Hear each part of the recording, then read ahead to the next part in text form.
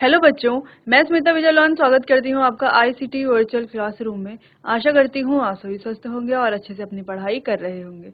बच्चों, आज हम पढ़ने जा रहे हैं क्लास 7 की साइंस। और क्लास 7 साइंस में हम कर रहे थे question answer of chapter physical and chemical change, यानी कि भौतिक और रासायनिक परिवर्तन चैप्टर, जो कि हम अपने प्रीवियस लेक्चर में पूरा कंप्लीट कर चुके हैं। इससे रिलेटेड सारे टॉपिक्स हमने पढ़ लिए हैं। इसके हम क्वेश्चन आंसर्स कर रहे थे अपने लास्ट लेक्चर में। उन्हीं क्वेश्चन आंसर्स को आगे हम कंटिन्यू करेंगे, जहां पर जो चैप्टर में हमने टॉपिक्स पढ़े हैं वो उनसे रिलेटेड हम क्वेश्चंस कर रहे हैं, और उन्हीं क्वेश्चंस में हम जो है चैप्टर के टॉपिक को भी दोबारा से डिस्कस करेंगे, ताकि अगर कोई कंफ्यूजन है या आपको कोई टॉपिक अच्छे से समझ नहीं आया तो अभी क्वेश्चन आंसर्स के दौरान वो टॉपिक जो है आपको अच्छे से समझ में आ जाएगा। चलिए तो बढ़ते हैं स्मार्ट बोर्ड की तरफ। चलिए बच्चों, तो स्टार्ट करते हैं। तो एक बार आप देख सकते हैं कि ये सारे टॉपिक्स जो हैं ये हमने चैप्टर में पढ़े हैं, और इन टॉपिक्स को हमने कंप्लीट किया है, अच्छे से डिटेल में डिस्कस किया था।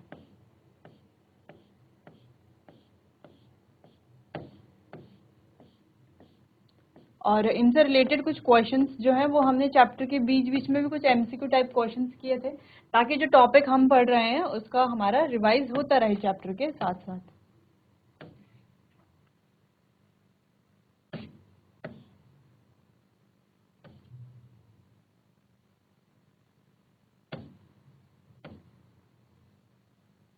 तो बच्चों, यहाँ तक तो क्वेश्चन आंसर हम अपने प्रीवियस लेक्चर में कर चुके थे कवर।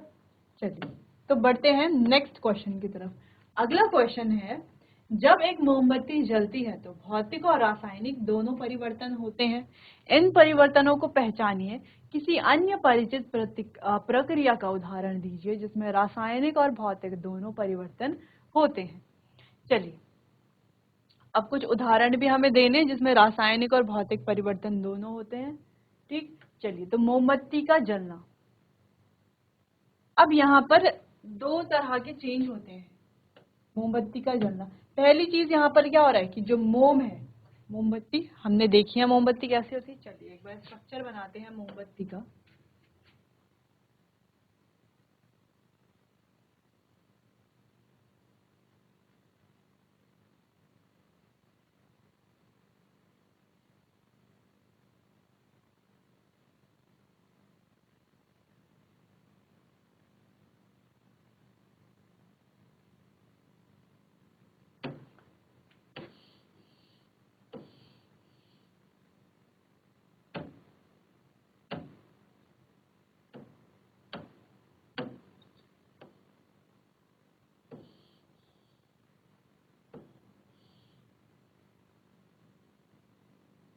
ठीक है, तो इस प्रकार से मोमबत्ती का कुछ स्ट्रक्चर होता है।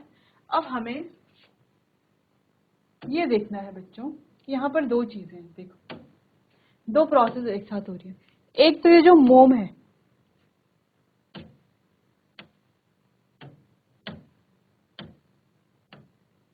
ये क्या है, ये जो मोम है ये पिघलेगा। तो ये मोम का जो पिघलना है, ये जो मोम है ये क्या करेगा बच्चों, इसका पिघलना, ये पिघलेगा, है ना। और हम जानते हैं इसका जो पिघलना है वो एक प्रकार का भौतिक परिवर्तन है। ठीक, वही जो ये कैंडल जो है इसका ये क्या हो रही है, जलना। यहाँ पर क्या हो रहा है, जलना, जल रही है तो क्या बन रहा है बच्चों, कार्बन डाइऑक्साइड यहाँ पर उत्सर्जित हो रही है। ठीक, तो ये किस प्रकार का चेंज हो गया, ये हो गया बच्चों एक रासायनिक परिवर्तन। तो मोमबत्ती के जलने पे ही हमें दोनों प्रकार के परिवर्तन दिखाई दे रहे हैं।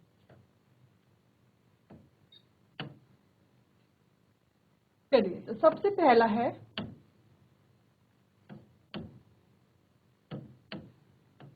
सबसे पहला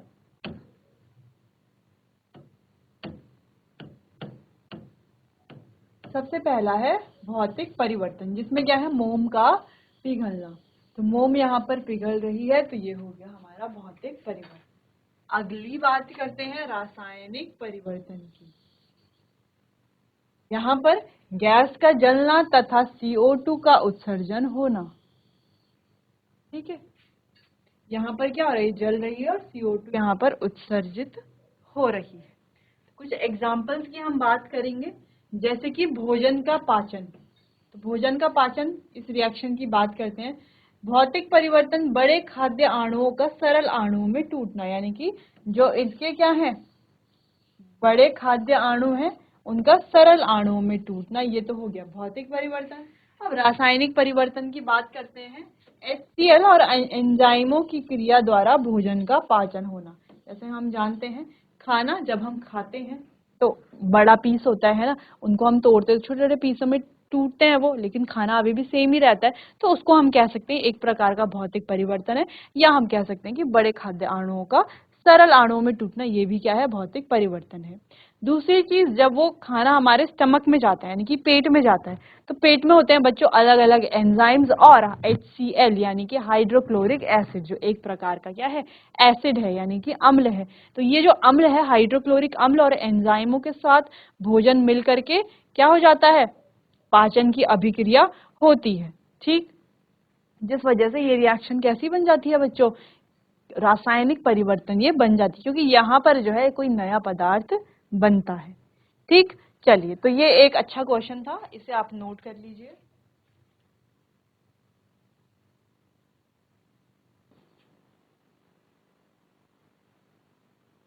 आगे बढ़ते हैं अगले क्वेश्चन की तरफ। नेक्स्ट क्वेश्चन है, आप कैसे दिखाएंगे कि दही का जमना एक रासायनिक परिवर्तन है। चलिए, तो दही का जमना एक रासायनिक परिवर्तन है, क्यों, हम कैसे बताते हैं, वैसे हमें पता कैसे चलता है बच्चों कि कोई परिवर्तन जो है वो रासायनिक परिवर्तन है, जब उसमें कोई नया पदार्थ बन रहा हो। पहली चीज, जब क्या हो रहा हो, कोई नया पदार्थ यहाँ पर बन रहा हो, और दूसरा, जब वो चेंज कैसा हो, इरिवर्सिबल हो।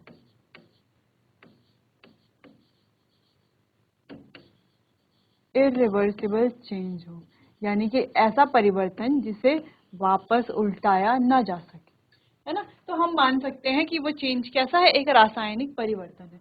तो आप जानते हैं, देखो, दूध से जब दही बन जाती है, तो यानी कि दूध से कोई नया पदार्थ तो बन रहा है, पहली चीज। अब दूसरी चीज, ये इरिवर्सिबल है या नहीं है। देखो, क्या दूध से तो दही बन सकती है, लेकिन क्या दही से वापस दूध बन सकता है, बिल्कुल भी नहीं बन सकता, यानी कि इरिवर्सिबल चेंज है। तो इन दो फैक्टर्स के आधार पर हम कह सकते हैं कि ये एक रासायनिक परिवर्तन है। खैर, हम यहाँ पर रीड करते हैं इस आंसर को। दही का जमना एक रासायनिक परिवर्तन है, क्योंकि दही को वापस दूध में नहीं बदला जा सकता, और दही और दूध के गुण जो हैं अलग अलग होते हैं। एक तो उन्हें जो है उसमें वापस उसे नहीं बदला जा सकता, इरिवर्सिबल है, ठीक है। और दूसरी चीज, दूध और दही दोनों के गुण क्या है, अलग अलग हैं, ठीक है। दूध के अलग गुण है, दही के अलग गुण है, दूध का अलग स्वाद है, दही का अलग स्वाद है, ठीक है। जैसे अगर हम बात करते हैं बच्चों कागज को काटना, ठीक है, तो एक कागज हम लेते हैं, चलो एक, जैसे हमने एक पतली कागज की क्या ले ली, एक शीट ले ली, और इस शीट को बीच से काट लिया। अब ये दोष अलग अलग शीट में परिवर्तित हो गई, क्या ये चेंज इरिवर्सिबल है, अब ये चेंज भी इरिवर्सिबल तो है, यानी कि कागज की शीट को हमने 2 या 4 पार्ट्स में काट दिया, मान लेते हैं हमने 4, 6, 7, 8 इतने अलग अलग छोटे छोटे टुकड़ों में से शीट को काट दिया है। तो क्या अब इसे उल्टाया जा सकता है, नहीं उल्टाया जा सकता है ना, हम कहाँ तो पीस इसके ढूंढते रहेंगे, या हम इसको बहुत छोटे छोटे पीसों में बांट दें, तो हम इसको वापस से ऐसे चिपका तो नहीं सकते, है तो ये इरिवर्सिबल। लेकिन बच्चों देखो, यहाँ पर कोई नया पदार्थ नहीं बना, ठीक। दूसरी चीज, यहाँ पर जो है कागज के गुण जो हैं वो क्या है, सेम ही है, क्योंकि दोनों अभी कागज ही हैं, दोनों के गुण क्या होंगे, सेम ही है। इसीलिए ये जो कागज है, तो कागज को छोटे छोटे टुकड़ों में काटना, ये कोई भी रासायनिक परिवर्तन नहीं है, बल्कि दूध से दही जमाना, दही बनाना, ये एक रासायनिक परिवर्तन है, क्योंकि यहाँ पर पहली चीज नया पदार्थ बन रहा है, दूसरी चीज इन्हें जो है दूध से वापस दही में हम नहीं बदल सकते, तीसरी चीज दूध और दही के गुण जो है वो अलग अलग होते हैं। चलिए, तो इतना आप नोट कर लीजिए बच्चों।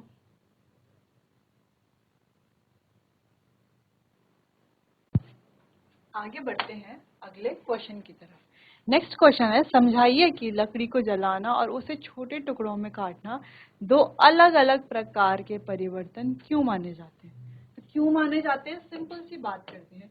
अगर ये हमारे पास कोई लकड़ी का टुकड़ा है, अब पहली चीज हम क्या कर रहे हैं, इसको काट रहे हैं, काट रहे हैं मतलब ये बीच से क्या हो गया, दो अलग अलग टुकड़े यहाँ पर हमें देखने को मिल रहे हैं। तो यहाँ पर कोई नया पदार्थ बना, क्या कोई नया पदार्थ बना? बिल्कुल कोई नया पदार्थ नहीं बना। क्या इससे कोई ऊष्मा ऊर्जा उत्सर्जित हुई? बिल्कुल उत्सर्जित नहीं हुई, है ना। तो इस प्रकार का जो चेंज है, जो परिवर्तन है, उससे कहा जाएगा बच्चों भौतिक परिवर्तन। वहीं हमने इस लकड़ी के टुकड़े को क्या कर दिया, दहन कर दिया, यानी कि जला दिया, ठीक है। तो जलाने के बाद क्या बना बच्चों, यहाँ पर मिलती है हमें राख। जलाने के बाद क्या मिलती है हमें, राख। तो एक नया पदार्थ मिला, बिल्कुल मिला, साथ साथ हमें क्या मिला, ऊष्मा, प्रकाश यहाँ से उत्सर्जित हुआ, ठीक। तो इसीलिए ये क्या है कि दोनों अलग अलग परिवर्तन है। चलिए तो इसे रीड करते हैं बच्चों। ये एक इम्पॉर्टेंट क्वेश्चन भी है। लकड़ी काटना एक भौतिक परिवर्तन है। कैसा परिवर्तन है, भौतिक परिवर्तन, क्योंकि इससे लकड़ी की प्रकृति नहीं बदलती। दूसरी ओर लकड़ी को जलाना एक रासायनिक परिवर्तन है। क्यों है, क्योंकि कार्बन डाइऑक्साइड मुक्त होने के साथ लकड़ी चारकोल में परिवर्तित हो जाती है, ठीक है। तो यहाँ से कार्बन डाइऑक्साइड भी मुक्त होती है, कार्बन डाइऑक्साइड गैस प्रोड्यूस होती है, निकलती है, और बच्चों साथ ही लकड़ी से क्या बन जाता है, चारकोल हम कह सकते हैं, वो बन जाता है। राख ज्यादा जला देंगे तो लास्ट में क्या मिलती है, राख मिलती है, ठीक है। चलिए तो समझ गए ये क्या है, दो अलग अलग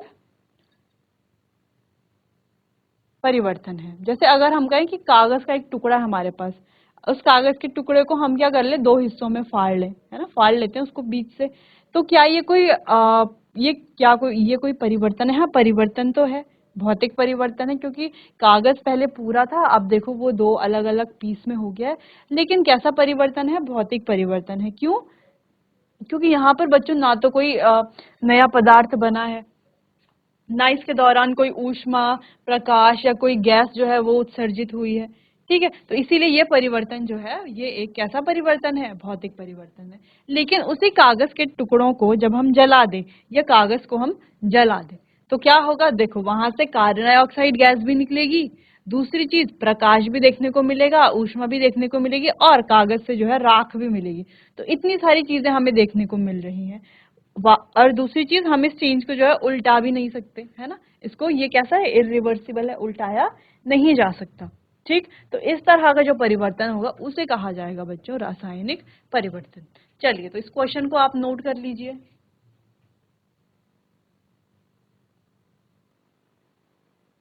अगले क्वेश्चन की तरफ बढ़ते हैं। अगला क्वेश्चन है, वर्णन करें कि कॉपर सल्फेट के क्रिस्टल कैसे तैयार किए जाते हैं। चलिए तो चैप्टर में तो हमने काफी अच्छे से डिस्कस कर लिया था कि कैसे जो है कॉपर सल्फेट के हम क्रिस्टल्स बनाते हैं।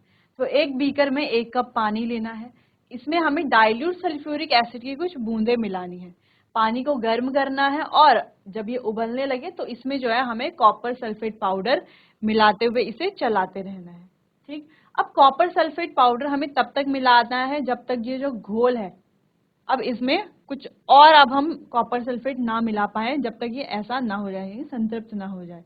तो एक चीनी मिट्टी के बर्तन में छान ले और ठंडा होने दे। अब हमें क्या करना है, एक चाइना जिसे हम कहते हैं, उसमें हमें क्या करना है, इसको छान लेना है, ठीक। अब घोल को बिना हिलाए रख देना है, ठंडा कर लेना है, और हम देखेंगे धीरे धीरे सल्फेट के क्रिस्टल अलग हो जाएंगे, ठीक है। तो ये प्रोसेस है बच्चों कि कैसे हम सल्फेट के क्रिस्टल तैयार कर सकते हैं।